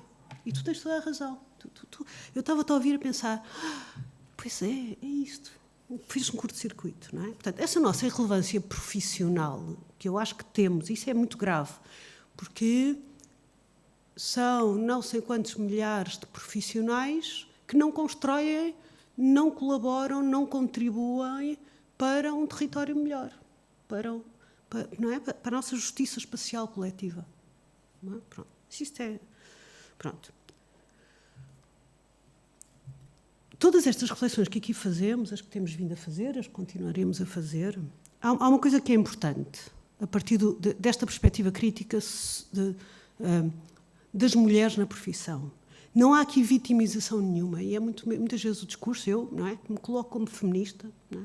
Aprendiz, ando a ler, continuo a aprender, felizmente com miúdas mais jovens, que têm muitos mais quilómetros de leitura, discussão, crítica, acho maravilhoso, não é? Coloco-me sempre com imensa humildade face a isso. Quando nós questionamos os assédios, as violências psicológicas em contexto de sala de aula, continuam a acontecer. Eu senti nos anos 90 do século passado, eu assisti, e continuo a assistir. E continuo a receber relatos do contexto das universidades, todas as universidades nacionais, atenção, não é? Porque isto não há um spot particularmente... O que nos sublinha que isto é estrutural, não é? Todas estas questões, e falavas das múltiplas violências, não é? São estruturais. Portanto, não estamos aqui a falar de a minha experiência, porque eu fico sempre muito contente quando a experiência individual de qualquer uma de nós foi tranquila. Porque devia ser de todas, mas não é de todas. Isto é que me parece fundamental. E basta uma não ter uma experiência de percurso na universidade, nas profissões da profissão, tranquila e que seja maltratada. Assim, nós sabemos os comentários que as mulheres deputadas ouvem quando saem do púlpito. Nós ouvimos-los. Portanto, nós... Claro, força. Peço desculpa, mas tem tudo a ver com isso. Eu não vou dizer de onde é que eu ouvi, mas... vocês não ouvem, porque naquilo que passa na televisão só conseguem ouvir aquilo que fica gravado nos microfones. Mas fora dos microfones há muitos comentários paralelos. Uhum. Vou dizer dois. Estava uma deputada a intervir que não era arquiteta e alguém disse, cala-te que tu nem mulher és. És um ser com o barco para aí andas. Estava outra arquiteta a intervir, e não era eu, e eu vi, quem é que está a intervir? É arquiteta, vê-se logo. Portanto, eu ouvi isto nas últimas 3 semanas. Assim, como é em obra, eu esta semana falava com uma arquiteta, eu dou aulas no interior do país, e ela dizia-me, e é muito engraçado, nós estamos falando nisto com as mulheres, e eu fiz muitas entrevistas por causa do projeto da mulher, que uma das coisas que aprendemos muito rapidamente é não nomear, quer dizer, não fazíamos perguntas sobre já sofreu, não sei o quê, porque nunca sofrem. Não é? Até começámos a pedir as histórias de vida. E é muito engraçado, porque quando as histórias de vida começam a surgir, às vezes há assim... pois agora que faz essa pergunta, eu estava aqui a pensar. Não é? E às vezes, depois do microfone fechar... há mulheres da minha geração, mais novas, mais velhas, que a seguir diziam: epá, agora que eu estava... Pois, aquilo foi violência, não foi? Foi. Não é? Ou seja, porque nós... Isso, portanto, não é uma questão de vitimização, é a identificação das violências. Não é? Isto é fundamental. Se não estamos no século XXI, estamos no século XIX ainda, não é? Quer dizer, um dia destes obrigam-nos a lutar outra vez pelo direito a votar, não é? E não se esqueçam, isto é muito importante, e aproveito que estão cá as mais jovens. As mais jovens. As tuas filhas. A minha filha. Importante, a minha filha. Que é, os direitos das mulheres foram arduamente conquistados. E quando as questões políticas vacilam, os direitos das mulheres são dos primeiros a saltar fora. Sim, é limpo, é um horrível clássico. Não é? Isto, é preciso termos isto, porque isto diz-nos respeito a todas. Outra coisa é esta, e isto tem a ver com isto, é a naturalização. Nós, por sobrevivência, porque ter consciência das violências é muito violento, naturalizamos comportamentos. Nós naturalizamos que, esta semana, esta colega da Covilhã contava-me isto, não é? Não, corria muito bem as visitas à obra e não sei o quê, e virava as costas e ouvia coisas de: esta gaja é muito boa. Isto eram os engenheiros. E isto é uma objetificação, é uma colocação da mulher no sítio dela. Tu, na verdade, mais do que profissional, és um naco de carne. E nós temos de ter consciência, claro que isto é muito duro. E quando ela me contava, dizia: pá, eu demorei anos a perceber, eu só agora, quando conversamos com as conversas, é que eu de repente percebo como é que isto era um pôr-me na ordem. E era dito baixo, mas suficientemente alto para eu ouvir. Mal eu virava as costas. Isto é poder, isto é a prática do poder. Ponto. Não é? Portanto, também não está... Porque eu acho que isto é importante, porque a única coisa que me interessa quando aqui venho conversar é pensar. Não é? E dividir convosco as minhas inquietações. E, portanto, estas duas coisas são importantes. Outra coisa super importante é que acho que a presença é fundamental. As mulheres têm que estar em todo o sítio. As mulheres não podem estar em todo o sítio. Não é? Porque quais mulheres? Não é? Não se esqueçam que estamos num país com 50 anos de democracia e não tivemos uma Presidente da República. E a minha pergunta é: se a meritocracia é que define os nossos percursos e os nossos sucessos, isso quer dizer que 50% da população é um nojo, nem merece sequer aspirar à presidência da República, não é? Quer dizer, porque a meritocracia surge também muito, não é? Eu estou aqui porque mereço, claro. Não é essa a questão quando falamos dos direitos das mulheres nas profissões. Claro que mereceram e claro que se esfalfaram a trabalhar. Normalmente, por causa do outro conceito que a sociologia nos traz e nos ajuda, que é a dupla matriz de avaliação, normalmente trabalharam muito mais do que os homens para estar onde estão. Porque qualquer erro de uma mulher, e voltamos mas pode ser nas obras, pode ser nas empresas, pode ser nas escolas. Qualquer lapso de uma mulher, em contexto profissional, e não é só da arquitetura, é muito mais grave e muito mais cobrado. Ou seja, a nossa presença nos contextos profissionais tem que ser críticas, não é? E é isso que tu dizias, não é? Nós temos que estar cada vez mais, mas não é fácil, porque nós estamos aqui e se eu tivesse filhos pequenos, se calhar não estava aqui, não é? Ou seja, percebem? Cada vez que dizemos sim e aceitamos e estamos, e é fundamental, e tem a ver com as reflexões que eu fui para casa, levei do outro dia, é um ato também de generosidade, porque é um esforço. Não é? Interessante. Qual era a pergunta? Não era... Como é que nós fazemos mudanças sistémicas? Para mudar todo este panorama de salários baixos, de pouca representatividade das mulheres. É preciso... Quais são as soluções? As soluções. Nós identificamos os problemas. Os problemas estão todos identificados. Legislar / aplicar. Qual é o problema? Na função pública, eu estava aqui a pensar... Na função pública, objetivamente, e há estudos da sociologia das profissões, tem muito trabalho feito, está bem? Eu não estou a inventar nada, eu estou só a recorrer a investigadoras, a trabalho feito. Na função pública, teoricamente, não pode haver este gender gap, não é? Este fosso, porque existe um tabulamento, não é? O que é que acontece depois? É o teto de cristal ou o chão peganhento, eu estou a traduzir para português as expressões, que são modos de sabotar a progressão na carreira. Não é? Portanto, isto é um facto. não é? Isto haver, não é? E pronto, e haver dificuldades, seja porque há licenças de maternidade pelo meio. Não se esqueçam que as mulheres também, muitas de nós, estamos naquilo que é a geração sanduíche. Portanto, estamos entre os filhos e cuidar dos mais crescidos, não é? E se o estereótipo se aplica e é pesado em relação às nossas vidas, continuamos a ser cuidadoras. E, mais uma vez, não é uma ficção romântica, são os dados. As mulheres gastam mais 20% por semana na esfera dos cuidados. Não é? Se têm filhos, só para mais não sei quantos. E era interessante ver, e se têm pais que precisam de cuidados, quantos mais por cento é que isto representa. Não é? Portanto, isto cria dificuldades de progressão de carreira. Se não há uma leitura dos percursos que é com base nisto, não é?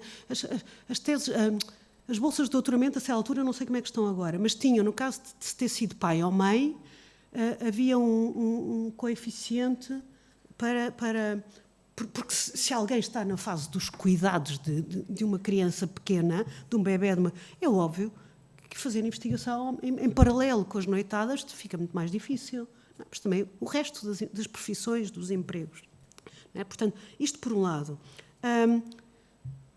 Também nas universidades, que é a função pública, supostamente a tabela salarial é una, não é? Mas, mais uma vez, se aplica, não é? Quantos catedráticos e quantas catedráticas em arquitetura? Portanto, se é um mérito, isso quer dizer que nós, mulheres arquitetas na academia, somos uma nulidade, ou quase nulidade. Agora há 3 já. Mas haverá, não sei, umas dezenas de arquitetos catedráticos homens, não é? Ou seja, com a profissão liberal, qual é o grande problema? Temos muita mão de obra feminina, jovem. E aqui eu trago a questão da idade. Porque o que está a acontecer com a maior parte das miúdas que estão a sair, das jovens arquitetas que estão a sair da escola, é entrar num mercado de trabalho extremamente precário, desregulado e agressivo. E onde, e volto a este assunto que já trouxe no início, as questões da maternidade, as questões do assédio sexual e as questões do fosso de pagamento, porque existe, não é? Os números dizem, mas o empirismo também nos diz, nós percebemos resultam obviamente, quer dizer, tornam a profissão mais difícil de controlar na dimensão liberal, não é? Como é que isto se faz? Lutando por tabelas por tabelas salariais. Desculpa, é o sindicalismo. Quer dizer, não estamos a inventar nada, não é? Direitos laborais. É difícil, não temos escala para isso. Então não sei, mas então temos que nos reinventar enquanto classe profissional. Muito bem, é a vossa vez agora. Portanto, agora tenho a certeza que têm questões importantes para colocar aqui às nossas convidadas. 5 convidadas. Quem quer começar? Vamos lá. Está aqui várias mulheres. Temos aqui. Tendo em conta esta Acho que vais ter microfone. Tem que ser com o microfone para ficar gravado. Tendo em conta, não sei se está a funcionar. Mas está, tem luz. Tem. Tendo em conta que se verificou, que se falou que desta dificuldade das mulheres de terem, de poderem receber um valor equivalente aos homens, até que ponto é que a inexistência de uma tabela de honorários prejudica, na nossa área, com mais peso as mulheres? Quem quer responder? Sim. Claro. Não é? Se não há transparência... A questão das cotas, eu estava a ouvir ali, porque a tabela salarial pode ter uma dimensão similar à cota, que é a regulamentação. Não é? Quando o cosmos profissional ou social não se auto-organiza, e é uma ficção que ele se auto-organize, não é? Tu tens que impor matrizes de justiça quase social, não é? Porque há muito tempo estava eu numa discussão sobre as mulheres e a política, e estava uma deputada do Partido Socialista na altura que dizia uma coisa muito interessante. Na verdade, eu sou deputada porque as cotas apareceram. primeiro fui empurrada para aquela situação, porque era preciso, e depois fez-me todo o sentido. Se não existissem cotas... Mas ela dizia isto, quer dizer, eu talvez nem tivesse posto aquela hipótese. Então, dizia, cara, tens que vir, não é preciso toda a gente a participar nestas listas. E eu lá fui, sim, e tal. E de repente aquilo fez-me todo o sentido quando lá entrei. Disse, é isto que eu quero ser quando for grande. Mas qualquer coisa assim, não é? Ou seja, eu acho que com as tabelas é a mesma classe. Só acrescentar, Patrícia, não foi o meu caso, de todo. A minha razão de estar lá está é outra. Agora, era por isso que eu estava a falar da capacitação. Que as cotas por si só, sem capacitação, sem empoderamento da mulher, não têm o efeito para o qual foram criadas. Lia, mas há tantos deputados não capacitados. Mas são homens. Está bem, não, mas o que eu quero dizer é, elas capacitam-se no percurso e haverá sempre mulheres incompetentes, como há homens incompetentes. E pronto, isso Mas a capacitação que eu falo é para a mulher aprender a ter essas resistências de quando não é sequer considerada e saber elevar a sua voz no tom certo. E elevar a voz, atenção, que não é em decibéis, é em argumentação. Saber defender-se, saber debater-se, porque é muito duro defender opiniões naquele lugar. É extremamente duro, portanto não nos enganemos. E não estamos em um momento ainda de igualdade.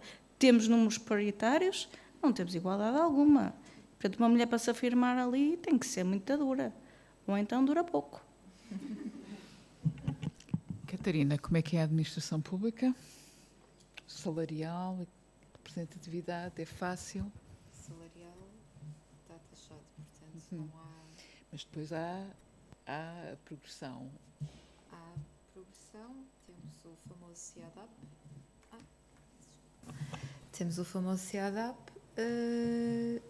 e eu não posso falar muito sobre isso porque eu realmente ainda não cheguei àquela fase realmente de ver a verdade no papel, mas não é... Eu diria que se calhar ali dentro não é assim tão fácil, está demasiado exposto. Está demasiado exposto, portanto tem que ser feito a coisa de uma maneira muito, muito, muito assertiva, porque sim, existem os sindicatos e realmente são uma grande ajuda neste sentido e são uma parte bastante ativa. Isso eu já percebi por outros colegas que já estavam lá há mais tempo, não é? E que funciona bem. Portanto, neste momento eu não consigo avaliar, porque ainda não cheguei a essa dita avaliação. E agora passamos para as nossas duas arquitetas da célula. Como é na prática? Estas diferenças, há diferenças ou não há diferenças?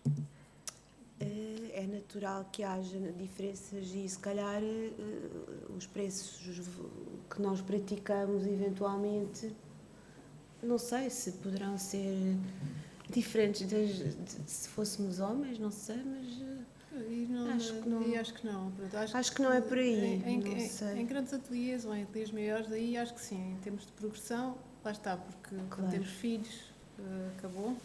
Já não conseguimos ter a mesma disponibilidade que têm os homens, normalmente, porque são sempre as mulheres que vão levar à escola, buscar, pronto, aquelas coisas que já sabemos. E em termos de progressão, acaba por ser também não igual ao facto de quando são homens, não é? Eu acho que isso... Eu senti isso. Sim, eu também quando senti. Quando engravidei e quando voltei depois de ter o primeiro filho, pronto, acho que isto é bastante se calhar geral. foi por isso também que nós optámos por esta solução. Sim. Para termos a tal flexibilidade, porque realmente trabalhei também em uma empresa grande, espanhola, onde, por exemplo, quando o meu segundo filho, quando eu voltei, eu já fazia direção de projeto e disseram-me, olha, agora vais ali falar com uma que era estagiária, que tinha sido minha estagiária. Quer dizer, senti-me, claro que um bocadinho humilhada, não é? Mas, pronto, estas situações, pronto, realmente vieram a que nós tomássemos opções de vida para conseguirmos conciliar. E é claro que, pois, é claro que as alturas em que temos os filhos pequenos somos afetadas a nível salarial, como é lógico, pois, que não temos subidas salariais muito mais, se calhar podíamos ter a redução, mas quer dizer, nessas alturas que estamos menos habilitados ou não estamos a 100%, mesmo sabendo as nossas capacidades, porque já tínhamos dado provas, as duas, e já estávamos em fases em cargos já elevados, pronto, sim. Sim, também já, não quer dizer que não, já passámos por isto também, claro. Sim. Enfim. Mais, olha, que bom. Temos 3 perguntas. Também? Vamos lá. É começar. Rita, força. Olá, boa noite. Obrigada pelos contributos todos. Se calhar, antes da minha pergunta, se me permitirem, iria só fazer aqui um comentário, que a linguagem tem muita importância e eu ouço muitas vezes falar das dificuldades das mulheres. As mulheres têm dificuldade as mulheres têm dificuldade em. Eu acho que é menos as mulheres têm dificuldade, mas são barreiras impostas à mulher. As dificuldades são impostas. Por exemplo, nas questões da igualdade salarial, são dificuldades impostas às mulheres e não tantas mulheres que têm dificuldade em atingir isso. Pronto, só aqui uma questão de linguagem. A minha questão prende-se com a profissão da arquitetura ao serviço de uma cidade que se preocupa cada vez mais com as questões do cuidado, que já foi falado, que estão muitas vezes associadas às mulheres, relacionadas com a família, o cuidado com os miúdos, o cuidado com tudo o que tem a ver mais com a parte social.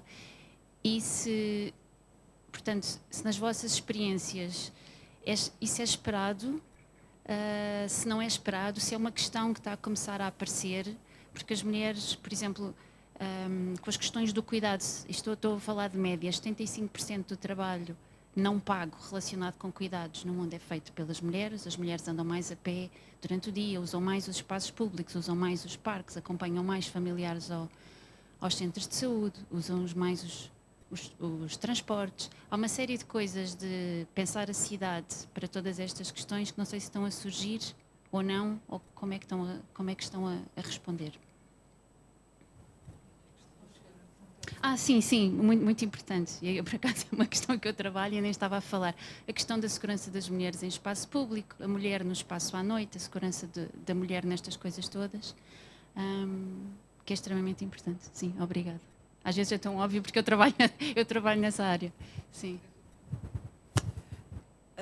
Eu primeiro tenho que agradecer, não é, este fantástico tema, e a Patrícia trouxe aqui um bocadinho uma consciência que se calhar nós todas sabemos que existe, mas trazendo os tais dados e os tais números, para nós tem um impacto muito grande. E tanto terá para nós como terá para outras pessoas, e acho que aqui o que eu trazia para cima da mesa é esta transparência do que é realmente o cenário que existe e que muitas vezes não é exposto, e se calhar ajudaria a expô-lo mais, porque a nível empresarial, não só na arquitetura, mas na arquitetura podemos falar até do próprio exercício da profissão em si, não só das mulheres, mas em todo, transversal a todas a área empresarial, as mulheres têm estes estigmas que não são conhecidos. Portanto, a minha pergunta é: que estratégias podemos fazer para dar a conhecer estas questões que estamos a debater hoje de uma forma clara, transparente e que se faça saber que isto existe para haver políticas sérias de combate? Obrigada.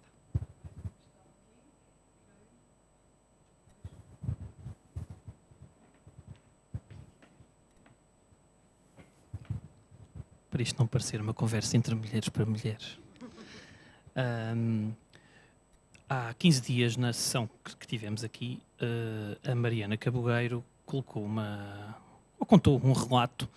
Ela trabalhou durante 5 anos com a Zaha Hadid e ela contava um facto curioso que eu confesso que achei muito curioso, porque dizia que havia determinados projetos que os coordenadores de projetos colocavam arquitetas porque achavam que aquele projeto deveria ser feito por uma mulher ou por mulheres e não por homens, porque havia uma postura e uma forma de projetar mais humanista, diferenciada daquilo que era o modus de um arquiteto no espaço do ateliê. São centenas de arquitetos, e eu achei muito curioso e para a mesa deixou a questão, e para aquelas que mais se relacionam com o projeto, se reconhecem essa virtude de conseguirem dar... Eu sei que a Filipa há pouco abordou ligeiramente na vossa prática profissional, mas para mim é também importante perceber melhor se isso efetivamente, e se vocês reconhecem, eu reconheço, mas se vocês na vossa prática também o reconhecem.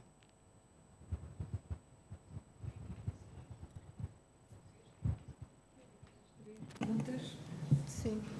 Sim, eu acho que nós sentimos, uma vez que também tem, pela vida preenchida que somos obrigadas a ter, não é? Com tantos outros assuntos para além da profissão, acho que isso nos enriquece e nos torna mais atentas e sensíveis a uma série de questões que têm a ver depois com a construção dos espaços em si. Acho que sim. Até mesmo vamos falar numa cozinha.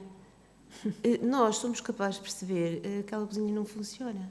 Desculpe, isto, falta aquilo, falta aquilo outro.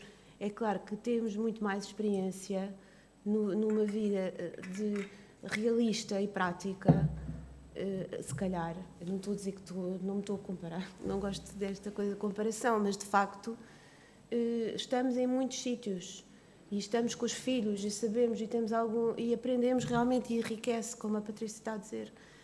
Acho que temos muito para dar que pode fazer alguma diferença relativamente a outros projetos feitos por homens, sei lá, mas acho que... até o facto de não estarmos, se calhar, 10 horas ou 9 horas por dia sentadas no ateliê a trabalhar, que é o que normalmente os homens fazem, porque as mulheres têm que fazer tudo o resto, abre a cabeça para outras realidades, para outras coisas. E, às vezes voltamos ao fim do dia, ainda chegamos a casa e antes de fazer o jantar ainda consigo enviar aquele e-mail e resolver não sei o quê, e se calhar estamos um bocadinho mais abertas para resolver as coisas, porque... Às vezes a Patrícia manda-me uma imagem às 10 da noite porque viu qualquer coisa e que chamou a atenção e que vai fazer sentido para este projeto. Ou seja, se calhar vamos abordando, vamos nos apropriando do que nos acontece durante o dia, que não é só estar ali fechado a uma secretária, ou olhar para o computador, ou então a gerir e a coordenar, mas nós estamos realmente a viver. E isso pode realmente dar um contributo a uma arquitetura talvez mais rica, de facto, do que, pronto, imagino que isso pode contribuir para um projeto. Porque agora eu não sei, eu pelo menos pessoalmente, acho que pensar que uma arquiteta se calhar tem mais sensibilidade do que um arquiteto, que um homem. Acho que tanto mulheres como homens podem ser sensíveis ou não. Claro. Pelo menos eu vejo as coisas assim. Conheço muitos arquitetos muito sensíveis, mais do que muitas mulheres. Pronto, acho que existe homens e mulheres, não é uma coisa mais do sexo feminino. Exato. Responder às duas questões colocadas lá atrás, Eu tenho certeza que a Patrícia também irá responder e a Catarina também. Mas eu não resisto. Não resisto.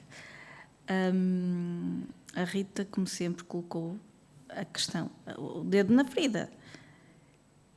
E que basicamente resume aquilo que eu tentei dizer e que talvez não tenha sido muito clara, Rita. A arquitetura é a forma mais nobre de fazer política. E, portanto, tudo o que são definição de políticas públicas é fazer arquitetura. E se nós não temos no Parlamento a visão que precisamos, nós vamos continuar a ter um direito à cidade muito negado, muito condicionado.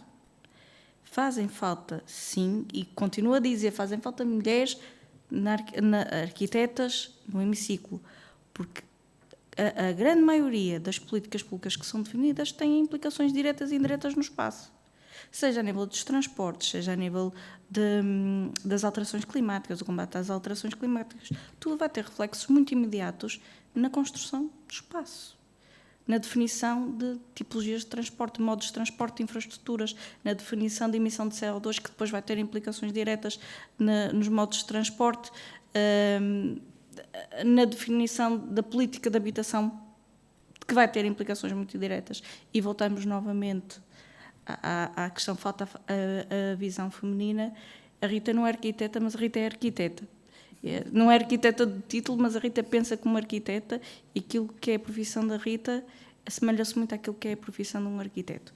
E para não me alongar muito, se a postura da mulher é feminista, foi isso que eu tentei dizer. E eu achei muito, muito diferenciador quando o Francis Queré ganha o Pritzker, por estar a olhar para a arquitetura da mesma forma que muitas mulheres e comunidades lideradas por mulheres olham, que é olhar para a arquitetura de uma forma mais humanizada, mais humanista, mais sustentável. E nós temos muitas comunidades que são geridas maioritariamente por mulheres, comunidades femininas, em que há uma grande diferença da liderança feminina, na forma como se organiza aquela comunidade, e depois tem repercussões em toda a organização espacial. E, portanto, eu desafio, faço aqui um desafio. Há uns anos eu desafiei uma colega arquiteta, que é uma excelente pintora, a fazer uma edição só de rostos de mulheres arquitetas. E ela fez-lo. Eu desafio a Ordem a pegar nessas obras e expô-las. Mostrar que nós temos mulheres arquitetas que transformaram a arquitetura, que trouxeram aqui um pensamento diferenciador à arquitetura, e que uma arquiteta conseguiu reproduzi-las. E acho que são estes pequenos sinais, estas pequenas mensagens que às vezes parecem que não são nada, mas que depois acabam por marcar, fazer a diferença. E deixo aqui um desafio, que acho que é uma forma de nós conseguirmos transformar. Acho que a estratégia que há pouco foi perguntada, acho que mesmo que a estratégia é esta: valorizarmos aquilo que nós já temos. E nós fazemos muito pouco isso. Nós estamos mais nós apontamos mais do que apresentamos a valorização. E se conseguimos ressalvar a valorização daquilo que já de bom há, nós vamos conseguir, acho eu, que equilibrar os valores. E, portanto, sim, a visão feminina é diferenciadora, e que bom que é. A visão masculina também nos faz falta, porque tem que haver aqui um complemento.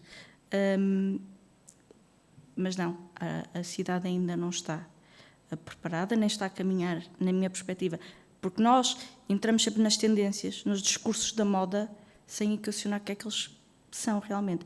E eu digo muito isto: nós habituamos, nos últimos tempos falamos todos em inclusão e não sabemos o que é que estamos a falar, e muitas vezes estamos a defender inclusão que na verdade é segregação. Portanto, é muito importante nós olharmos para as coisas de uma forma mais analítica, mais assertiva, e trabalharmos sobre elas.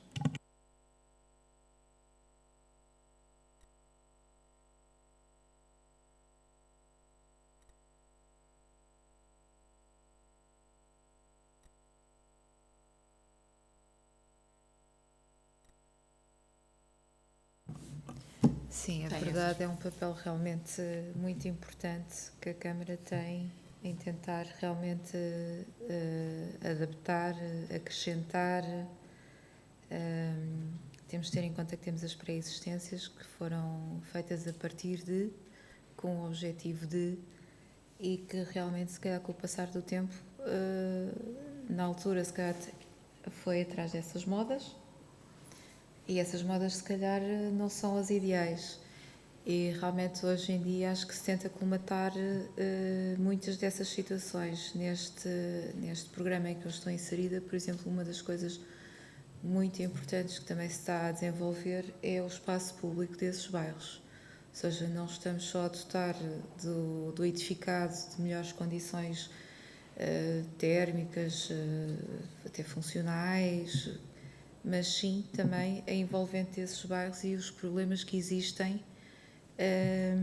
Os problemas não, são desafios que existem nesses bairros com o que foi projetado e o que foi construído, e que agora damos-nos conta que realmente não são a solução certa, e está-se a ter em conta isso e está-se a tentar desenvolver realmente um melhor espaço público para que não só a população que mora ali naquele bairro, mas sim também que possam ser bairros que possam representar segurança a vários níveis, que possam trazer, integrar não só a população que vive ali, mas sim integrar a restante população que está ali à volta, ou seja, tipo fazer uma comunhão para deixarmos de ter esses guetos. E esse espaço público tem que existir, tem que chamar não só as pessoas do bairro, mas sim as outras pessoas que queiram estar, passar, que queiram cruzar esse espaço público já existente e que está degradado, que não responde às necessidades do presente. Estamos a falar, por exemplo, também muito das acessibilidades. Temos bairros que realmente são construídos em terrenos que não são os ideais, são terrenos sempre sobra de loteamentos e que ficam para estas construções. E o que é que acontece? São sempre terrenos realmente com uma dificuldade acrescida, porque não são o tutti-plant do terreno de construção perfeitinho, não, temos isto, e realmente a construção reflete-se muito também depois desse espaço onde ele vai crescer. E sim, tipo, temos neste momento essa luta em vários bairros municipais na Câmara de Oeiras, que estamos a tentar colmatar essas situações. Obrigada. Vamos fechar. Começar pela mais fácil de responder, sobre dados, transparência e estratégicas. Pois não se pode desenhar estratégias sem dados, não é isso? E aí a Ordem tem um papel importantíssimo, não é? A referência do inquérito do Vila Verde Cabral, não é? Que é pré-crise, portanto, alguns, não é? Éramos nós todos muito jovens e o contexto era todo muito diferente. Estive a relê-lo um dia destes porque precisei dele. E é muito engraçado que ele refere várias coisas interessantes. Tem dados desagregados por sexo, que é fundamental, não é? O último inquérito, a última coisa feita pela Ordem dos Arquitetos, nem dados desagregados por sexo tem, não é? Como é que se consegue desenhar políticas, estratégias sem dados, não é? E a transparência. Eu continuo a achar que devia haver um contador no site da Ordem que dissesse quantas. Sim, quem somos? Nunca sabemos quem somos, não é? Quantos suspensos, quantos honorários, quanto não sei quê, não é?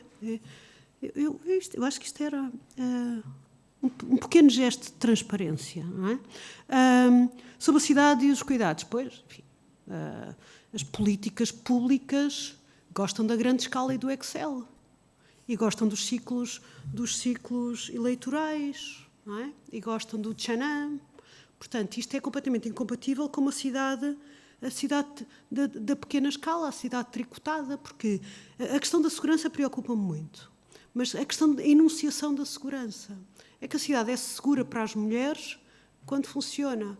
Se vamos por um caminho de visão securitária sobre as cidades, e as investigadoras urbanistas espanholas já nos chamaram a atenção para isto, que têm muito mais quilómetros disto que nós, acabamos com respostas como que a minha Presidente da Junta agora acha que isso é que é uau, que são câmaras de vigilância, não é?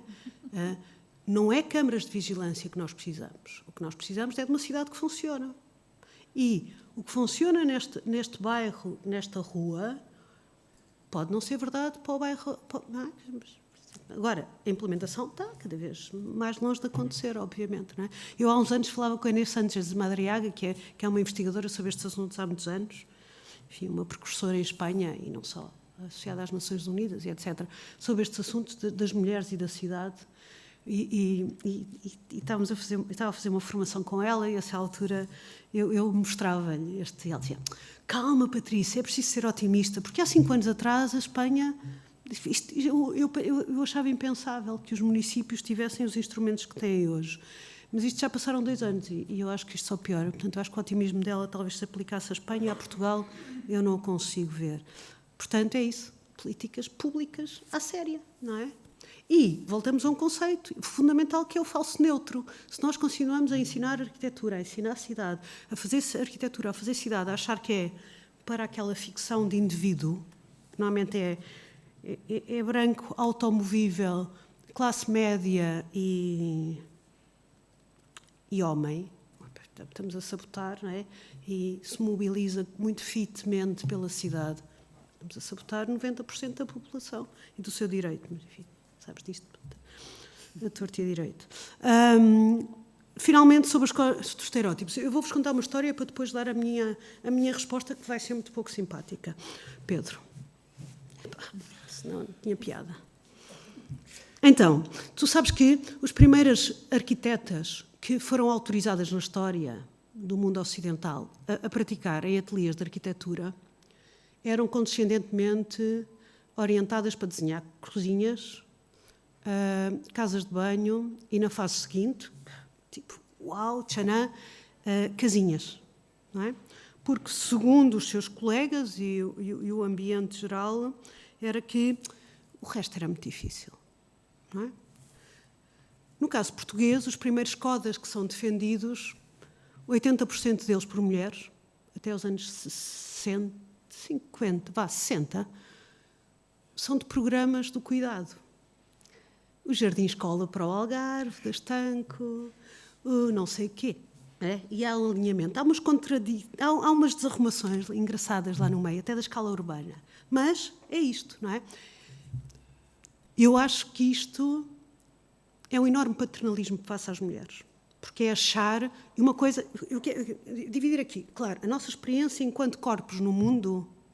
E as mulheres têm uma experiência dos seus corpos no mundo ao longo do seu crescimento, do seu dia-a-dia, completamente diferente, mas também intra-sexo, completamente diferente, mas é óbvio que é enriquecedora, não é?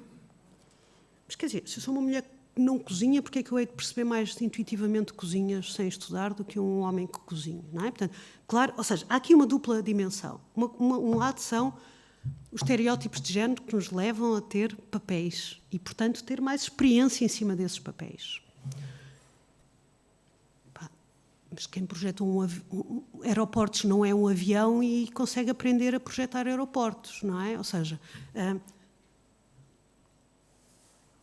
não podemos achar que tu te chamas de virtudes, porque eu tenho feito essa pergunta também e tenho pensado muito nos últimos anos, não é? Existe uma arquitetura feminina. É muito engraçado que os primeiros trabalhos feitos em Portugal sobre as mulheres e a arquitetura questionam sempre sobre a arquitetura no feminino. Existe uma arquitetura no feminino, não é? Que a mim me causa imenso transtorno, não é? Por um lado, porque as neurociências provaram, eu acho que já disse isso aqui há 2 semanas, que o cérebro é basicamente a mesma coisa, varia de peso, mas a energia que lá circula é idêntica, não é? Entre homens e mulheres. E volto a usar esta piada que eu recebi num meme sobre os brinquedos, e agora que estamos à espera da época de Natal, não é? Um brinquedo é para um rapaz ou para uma rapariga? É para ser usado pelos genitais, então não é para crianças, não é? Porque, para dizer que os brinquedos não têm sexo. Não é? Os brinquedos não são para rapazes ou para raparigas, são brinquedos. A arquitetura também não é para rapazes crescidos ou para raparigas crescidas, não é? É arquitetura. Ou seja, uma coisa são as nossas experiências individuais que podem acrescer ou não, também podem limitar, não é? Podem restringir. Outra coisa são, e é muito engraçado, mulheres arquitetas que estão com os seus companheiros de vida e de profissão em ateliês, e eu nunca faço esta pergunta quando as entrevisto, porque eu não acredito nesta pergunta, é reforço de estereótipos, não é? E as perguntas são importantes, porque as perguntas são uma colocação no mundo, não é? Muitas vezes elas dizem, até porque é assim, eu até às vezes converso, e eu não sei quantos, até tem um traço muito mais dito feminino do que eu. Eu sou mais contundente. Porquê? Porque isto são estereótipos, não é? Por exemplo, o Niemeyer e as suas curvas. Mas isso é porque ele pensava nas mulheres. Quer dizer, isto é tudo uma conversa de chacha, não é? Parece-me a mim, não é? pode ser uma enorme objetivação das mulheres. Mas tudo para dizer que eu não acho que exista uma arquitetura feminina ou uma arquitetura masculina. Existem as nossas experiências no projeto, não é? Mas nós não projetamos com o útero, portanto não existe uma arquitetura feminina. Não é? Existe uma arquitetura, porque se calhar eu projeto de maneira diferente da Patrícia, ou da Catarina, ou da outra Catarina, ou da Maria, que, não é? Isto é isso. Muito bem. Muito havia mais para dizer, muito mais poderíamos ter para contribuir para esta conversa sobre as arquitetas na profissão. Vamos terminar aqui. Muito obrigada a todos. Muito obrigada a estas 5 convidadas que aceitaram estar aqui como mulheres, como mães. Como arquitetas. Aceitaram estar aqui a partilhar as suas experiências e depois as suas perspectivas para o futuro. Muito obrigada a todos. Vamos aplaudir estas 4 senhoras. Obrigada a ti. Muito obrigada. Obrigada, Alexandra.